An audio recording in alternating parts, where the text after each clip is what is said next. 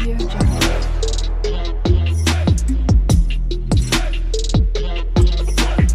Audio Jungle. Hello friends, welcome to our channel pass India. आज का हमारा topic है इलेक्शन कमीशन ऑफ इंडिया यानी भारत का निर्वाचन आयोग। आज़ादी के पश्चात भारत एक लोकतांत्रिक देश बना।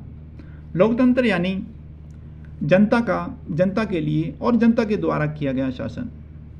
इसी स्पिरिट, इसी अवधारणा को धरातल पर उतारने के लिए भारत को एक ऐसी संस्था, इंस्टीट्यूशन की आवश्यकता थी जो इतने बड़े देश में स्वतंत्र और निष्पक्ष रूप से जनप्रतिनिधियों का चुनाव करवा सके, ताकि भारत के लोग निष्पक्ष तरीके से अपने मताधिकार का प्रयोग करके अपने जनप्रतिनिधि को सरकार बनाने के लिए भेज सके। यहीं से इलेक्शन कमीशन ऑफ इंडिया की शुरुआत होती है, जिसको हम पढ़ते हैं। In order to implement the concept of democracy, Constitution of India has provision for Election Commission of India under Part 15, Article 324। संविधान निर्माताओं ने इसी आवश्यकता को पूरा करने के लिए संविधान में आर्टिकल 324 जो कि पार्ट 15 में है, इलेक्शन कमीशन ऑफ इंडिया की व्यवस्था की।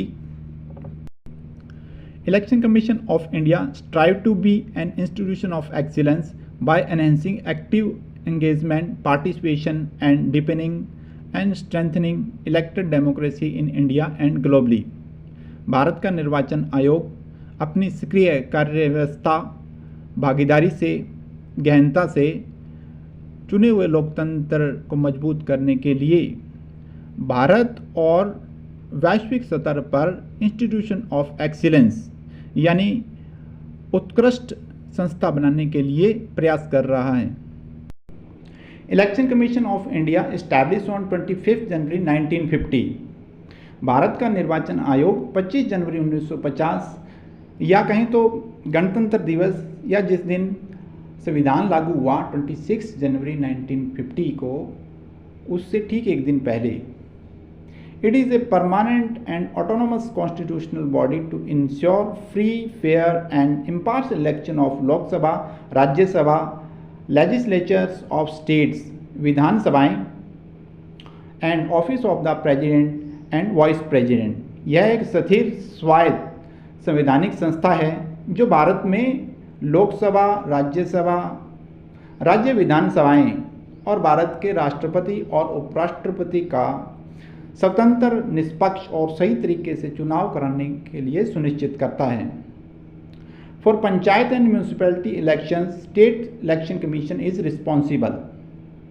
स्टेट के इलेक्शन कमीशन अलग से बनाए गए हैं। स्टेट इलेक्शन कमीशन अपने स्टेट में पंचायत और म्यूनिसिपैलिटी के इलेक्शन करवाने के लिए जिम्मेदार हैं। पंचायत एंड म्यूनिसिपैलिटी इलेक्शन में इलेक्शन कमीशन ऑफ इंडिया का रोल नहीं है। आगे हम बात करते हैं कंपोजिशन की। Article 324 of the constitution has made provision that election commission shall consist of the chief election commissioner and such number of other election commissioners if any as the president may from time to time fix. यानी article 324 के according Bharat के चुनाव आयोग में एक chief election commissioner होगा और दूसरे इलेक्शन कमिश्नर्स अगर आवश्यकता होती है तो भारत के राष्ट्रपति समय समय पर निर्धारित करेंगे। Commission on it's commencement it was single member, that is chief election commissioner. आयोग के शुरुआत में यह एक सिंगल मेंबर बॉडी थी जिसमें ओनली चीफ इलेक्शन कमिश्नर थी। Later on some changes were made in its composition to fulfil the requirement of changing time, task and workload. बदलते समय के साथ वर्कलोड को डील करने के लिए इसके कंपोजिशन में कुछ चेंजेस किए गए, जैसे कि इसके शुरुआत से 25 जनवरी 1950 टू 15 अक्टूबर 1989 तक यह एक सिंगल मेंबर बॉडी थी। उसके बाद 16 अक्टूबर 1989 से 1 जनवरी 1990 की अगर बात करते हैं तो यह मल्टी मेंबर बॉडी रही है, जिसमें एक चीफ इलेक्शन कमिश्नर और के अलावा 2 इलेक्शन कमिश्नर थे। अगेन 2 जनवरी 1990 को एग्जिस्टिंग प्रोविज़न को एबॉलिश कर दिया गया और फिर से एक सिंगल मेंबर बॉडी बन गई। 1 अक्टूबर 1993 ऑनवर्ड अगेन इसको मल्टी मेंबर बॉडी बना दिया गया, यानी कि चीफ इलेक्शन कमिश्नर के अलावा 2 इलेक्शन कमिश्नर को नियुक्त कर दिया गया। तभी से यही प्रोविज़न चल रहा है। कमीशन के प्रेजेंट कंपोजिशन में Shri Rajiv Kumar chief election commissioner, Shri Ganesh Kumar election commissioner, again doctor Sukhbir Singh Sandhu election commissioner हैं। Qualification, the constitution does not prescribe the qualification legal, educational, administrative and judicial for chief election commissioner and election commissioners. Bharat के संविधान में chief election commissioner और election commissioner के appointment के लिए किसी भी प्रकार की कोई लीगल, शैक्षणिक या फिर प्रशासनिक या न्यायिक योग्यता का कोई जिक्र नहीं किया गया है। अपॉइंटमेंट की अगर बात करते हैं तो constitution does not lay down a specific legislative process for the appointment of chief election commissioner and election commissioners. Chief election commissioner और इलेक्शन कमिश्नर के अपॉइंटमेंट के लिए कोई विशेष प्रकार का वैधानिक प्रोसेस नहीं दिया गया है। Chief election commissioner and election commissioner are appointed by the president on the advice of council of minister headed by prime minister. Government की काउंसिल ऑफ मिनिस्टर, जिसको प्राइम मिनिस्टर हेड करते हैं, उनकी रिकमेंडेशन पे भारत के राष्ट्रपति चीफ इलेक्शन कमिश्नर और election commissioner की नियुक्ति करते हैं। स्टेटस की बात करते हैं, status of chief election commissioner and other election commissioner are same. Chief election commissioner is the first among 3। Supreme court in PIL case of Anup Barwal versus Union of India has observed that impartiality in the matter of appointment of Chief Election Commissioner and Election Commissioner are being compromised in the absence of any law by the Parliament। Supreme court ने इस PIL case में observe किया कि कोई विशेष parliamentary law नहीं होने की स्थिति में चीफ इलेक्शन कमिश्नर और इलेक्शन कमिश्नर की निष्पक्ष नियुक्ति से समझौता किया जा रहा है। So, in order to ensure independent mechanism for the appointment of the Chief Election Commissioner or Election Commissioner, Supreme Court 5-member Constitutional Bench on 2nd March 2023 unanimously ruled under Article 152 that a high power committee as mentioned below subject to until law made by the Parliament on this matter। यानी supreme court ने chief election commissioner और election commissioner के appointment की independence, निष्पक्ष चुनाव को सुनिश्चित करने के लिए एक 5 मेंबर कॉन्स्टिट्यूशनल बेंच की व्यवस्था की, जिस बेंच ने एक स्वर से आर्टिकल 142 पावर को इस्तेमाल करते हुए एक हाई पावर कमेटी की व्यवस्था दी। जैसा कि नेशनल ह्यूमन राइट कमीशन के अपॉइंटमेंट, CBI के अपॉइंटमेंट और लोकपाल के अपॉइंटमेंट में होता है, और ये कमेटी जब तक पार्लियामेंट से कोई लॉ नहीं बन जाता तब तक रहेगी। Prime minister as a chairman होंगे, चीफ जस्टिस ऑफ इंडिया होंगे और leader of opposition in Lok Sabha और largest opposition party in Lok Sabha. Supreme court ने जो अपॉइंटमेंट पर प्रोविज़न दिया था वह subject to law made by the parliament था। उसी लॉ को बनाने के लिए गवर्नमेंट ने 2023 में पार्लियामेंट में एक बिल पेश किया, the chief election commissioner and other election commissioner appointment condition of service and term of office bill 2023। Bill has propose chief election commissioner and election commissioner appoint a person holding the rank of secretary of government of India. यानी कि government of India के अंदर secretary पद के लोगों को chief election commissioner और election commissioner में नियुक्त किया जा सकता है।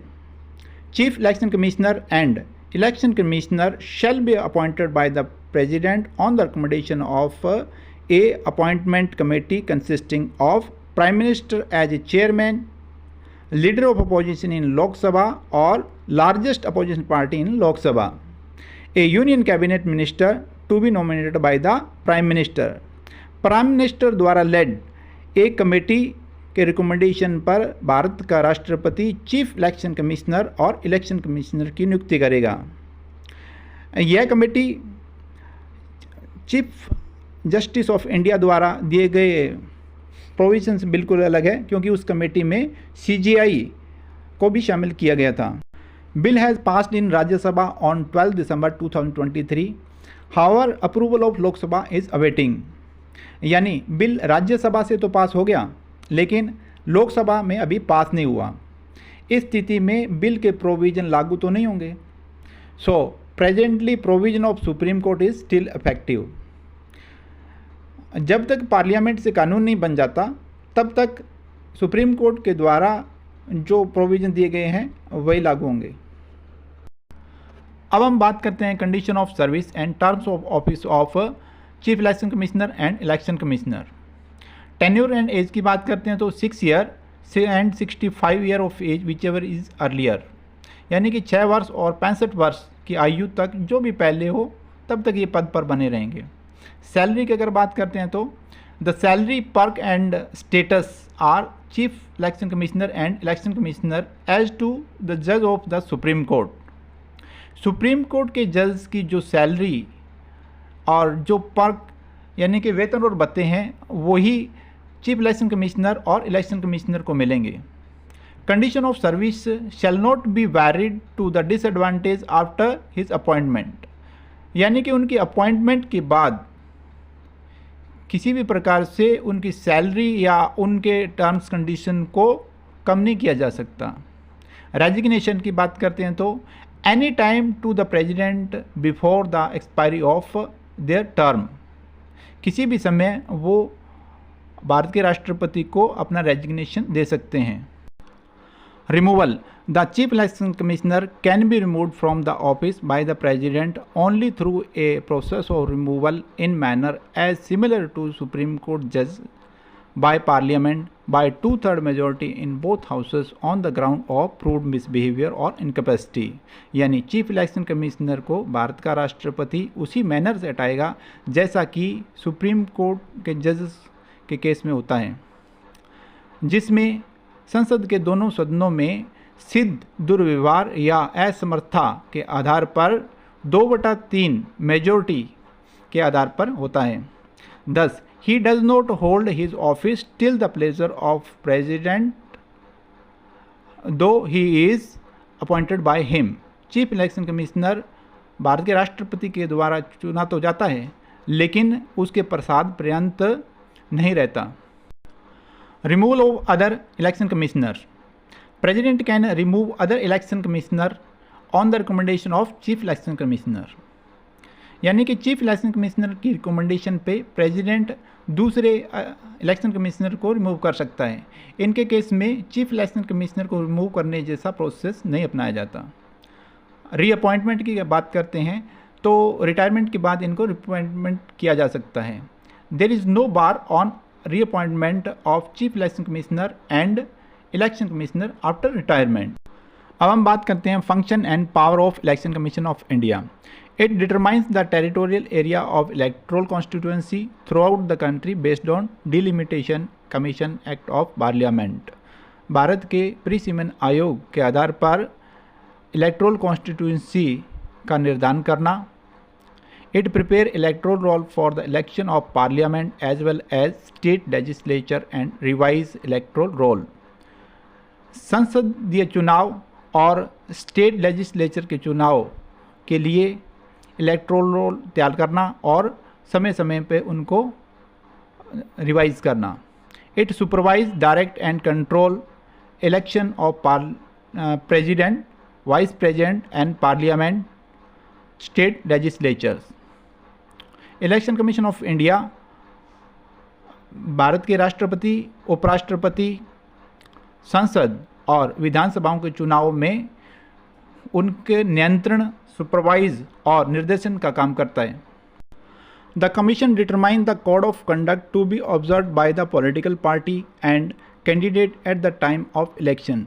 चुनाव के समय में उम्मीदवार और पॉलिटिकल पार्टी के लिए आचार संहिता को निर्धारित करना। It lay down general rule for election and issue notification of dates and schedule of election and ensure security of nomination paper. चुनाव के लिए सामान्य रूल बनाना, उनके शेड्यूल से संबंधित नोटिफिकेशन निकालना और नॉमिनेशन पेपर की सुरक्षा करना। It is the right of election commission to allot symbol and accord recognisation political party. किसी पॉलिटिकल पार्टी को सिंबल देना हो या उसको मान्यता प्रदान करना हो तो ये इलेक्शन कमीशन ऑफ इंडिया के अधिकार क्षेत्र में है। It tender advice to president and governor on the question relating to disqualification of member of parliament and state legislature. जब मेंबर ऑफ पार्लियामेंट या मेंबर ऑफ लेजिस्लेटिव असेंबली के disqualification की बात आती है तो election commission of India governor और president को अपनी सलाह देता है। अब हम बात करते हैं सम अदर इम्पोर्टेंट फैक्ट्स की। 25 January is observed as national water day since 2011। 2011 से ही 25 जनवरी को नेशनल वाटर डे के तौर पे मनाया जा रहा है, क्योंकि इस दिन 25 जनवरी 1950 को इलेक्शन कमीशन ऑफ इंडिया की स्थापना की गई थी। फर्स्ट चीफ इलेक्शन कमिश्नर की बात करते हैं तो वो थे Sukumar Sen. Election commission of India conducted its first general election held between 25 October 1951 to 21 February 1952 in 68 phases. यह बड़ा इंटरेस्टिंग फैक्ट है कि 68 फेजेस में फर्स्ट जनरल इलेक्शन करवाया गया था। फर्स्ट वोटर वॉज श्याम शरण नेगी ऑफ हिमाचल प्रदेश। हिमाचल के रहने वाले श्याम शरण नेगी वो शख्स हैं जिन्हें भारत में फर्स्ट वोटर होने का गौरव प्राप्त हुआ है। Through 61st constitutional amendment act 1988 voting age reduce from 21 year to 18 year. इससे पहले वोटिंग एज 21 हुआ करती थी। इस अमेंडमेंट के थ्रू वोटिंग एज को 21 से हटाकर 18 कर दिया गया। EVM were used first time in general election to assembly of Goa 1999। 1999 वो ईयर था जब गोवा के असेंबली इलेक्शन में पहली बार ईवीएम का प्रयोग किया गया।